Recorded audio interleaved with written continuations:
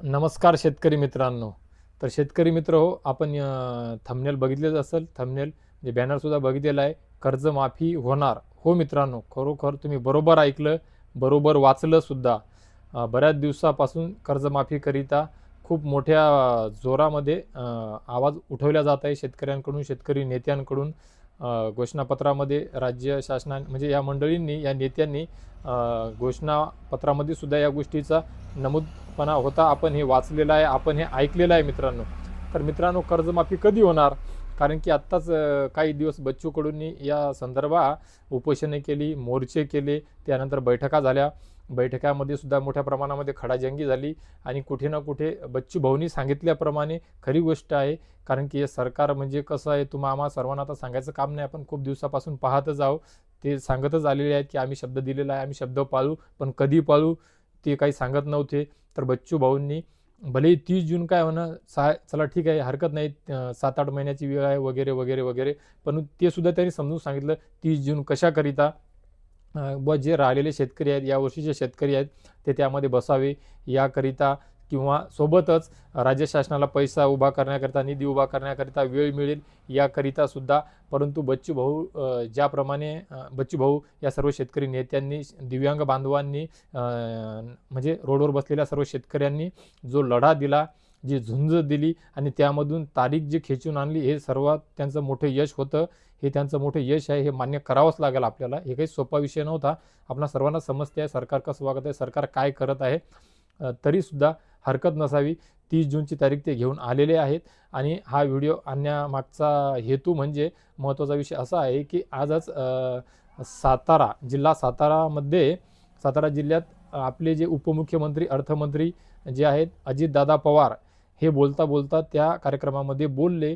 त्यांनी परत एकदा शब्द दिलेला आहे, परत एकदा एक घोषणा केलेली आहे की मी कर्जमाफी करणार. तर कधी करणार? या वर्षी नाही. वर्ष म्हणजे आता काय पूर्ण इथून पुढे 12 महिने ग्राह्य धरायचे नाही आहेत. वर्षाचा अर्थ फक्त आणि फक्त 2025 म्हणजे चालू असलेलं नोव्हेंबर आणि याच्यानंतरचा पुढचा महिना म्हणजे डिसेंबर, या 2 महिन्यामध्ये म्हणजे या 2025 मध्ये होऊ शकत नाही असं ते स्पष्टपणे बोलले. आणि ते स्पष्ट बोलतात हे आपण पाहिलेलंच आहे. कडू गोड जे काय असेल त्यांच्यापर्यंत पण ते स्पष्ट बोलतात. 2000 या दीड महिन्यात होणार नाही हे आपल्याला सुद्धा माहिती आहे, कारण की आपण आंदोलनाच्या माध्यमातून 30 जून ही तारीख आणलेली आहे. तर यावेळेस बोलत असताना अजितदादा बोलले की येणाऱ्या मार्च महिन्याच्या बजेटमध्ये, अर्थसंकल्पामध्ये त्याची घोषणा करणार आहेत. म्हणजे घोषणा करणार याचा अर्थ बजेटमध्ये निधीची उपलब्धता करणार आहे, निधीची तरतूद करणार आहे. म्हणजे मार्चमध्ये झाली तेव्हासुद्धा भलेही त्यांच्या परीने ज्या ज्या शेतकऱ्यांना आवश्यक आहे, ज्या शेतकऱ्यांनी पीक कर्ज घेतलेलं आहे, जे शेतकरी शेती करतात, त्या पात्र शेतकऱ्यांकरिताच फक्त ही कर्जमाफी असणार. हे तर आपलं या अगोदर सुद्धा स्पष्ट झालेलं आहे. कशी कशी देतात, कोण कोण बसते, किती वेळ लागते, हे सुद्धा आपण नंतर पाहणारच आहोत.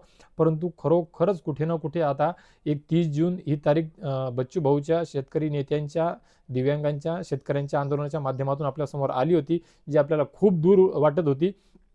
ते जे अंतर आहे, ते अंतर आता कमी करण्याचं काम आज अजितदादाच्या माध्यमातून झालेलं आहे. अजितदादांनी स्पष्ट सांगितलेलं आहे की बजेटमध्ये मी या गोष्टीची तरतूद करणार, घोषणा करणार. म्हणजे नक्कीच बजेट याच्यासाठीच असते, आर्थिक नियोजनाकरिता. तेथे बजेटमध्ये तरतूद होणार. तरतूद झाली म्हणजे याचा अर्थ मार्चच्या नंतर भलेही थोडाफार अजून वेळ लागेल, पण नक्कीच 30 जूनच्या आत ही कर्जमाफी आता होण्याची दाट शक्यता आहे, दाट चिन्हे दिसत आहे.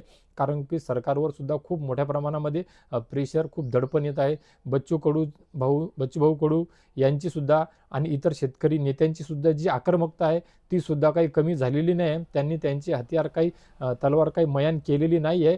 उलट याच्यापेक्षाही जास्त ताकदीने, जास्त धारदारपणाने ते समोर येऊन बोलत आहे.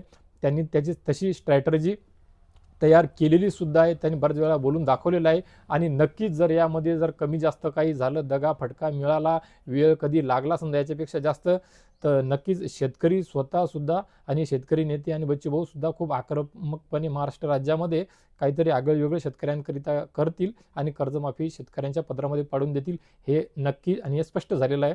सरकारला नक्की शेतकऱ्यासमोर, या शेतकरी नेत्यांसमोर, बच्चू भाऊंसमोर झुकावं लागणार आहे. आणि चांगलं मायबाप सरकार आहे हे त्यांना दाखवून द्यावं लागणार आहे. भले उशीर होत आहे, आर्थिक तंगी आहे, खूप मोठं पॅकेज जाहीर केलं आणि आम्ही शेतकऱ्यांपर्यंत अगोदर नगदी स्वरूपामध्ये मदत देण्याची आवश्यकता आहे, त्यानुसार आम्ही प्रयत्न करत आहोत असं ते बोलत आहेत.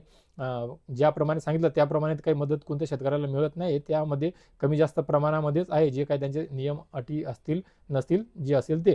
परंतु हा व्हिडिओ आपण कर्जमाफीसाठी घेतलेला आहे मित्रांनो, आणि आता हे स्पष्ट झालेलं आहे कर्जमाफी तुम्हाला 2026मध्ये मिळणार आणि मिळणारच. कारण की आम्ही सुद्धा आता खूप म्हणजे हैराण झालेलो आहे, मानसिक खच्चीकरण होत आहे आपलं. आम्ही सुद्धा काही घरी बसूनच राहणार नाही आहे. नागपूरला सुद्धा खूप सारी मंडळी होती आणि इवन आम्ही खूप साऱ्या युवा शेतकरी पुत्रांसोबत बोललो त्या दरम्यान.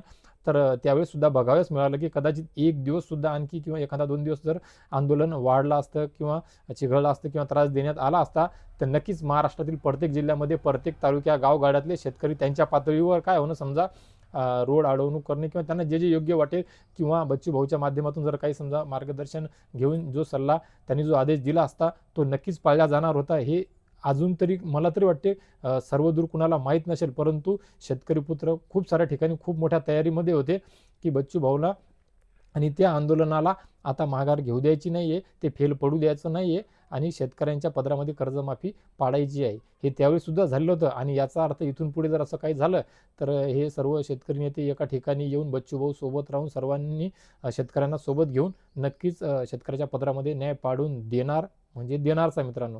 परंतु तात्पुरती या व्हिडिओच्या माध्यमातून आपणा सर्वांना हीच गोड बातमी देऊ इच्छित होतो की जे 30 जून तुम्ही समजत होते, वेळ लागत होता, निदान त्याचं अंतर आता अर्ध्यावर आणून ठेवलेलं आहे अजितदादांनी. आणि अजितदादा म्हणतात, ते नेहमीच म्हणतात ना, एकच वादा आणि अजितदादा. तर आता तरी यांच्यावर विश्वास ठेवू, यांनी आज दिलेल्या घोषणेवर विश्वास ठेवू.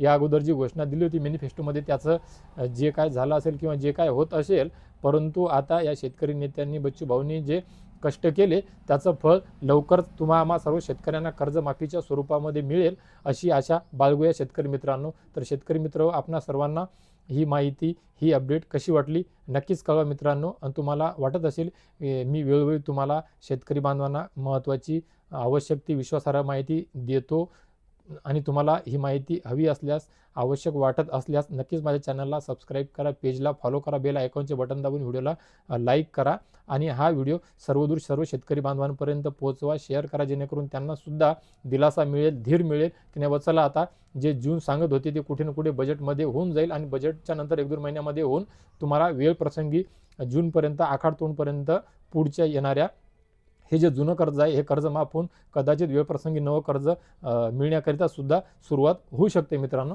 तर धन्यवाद मित्र.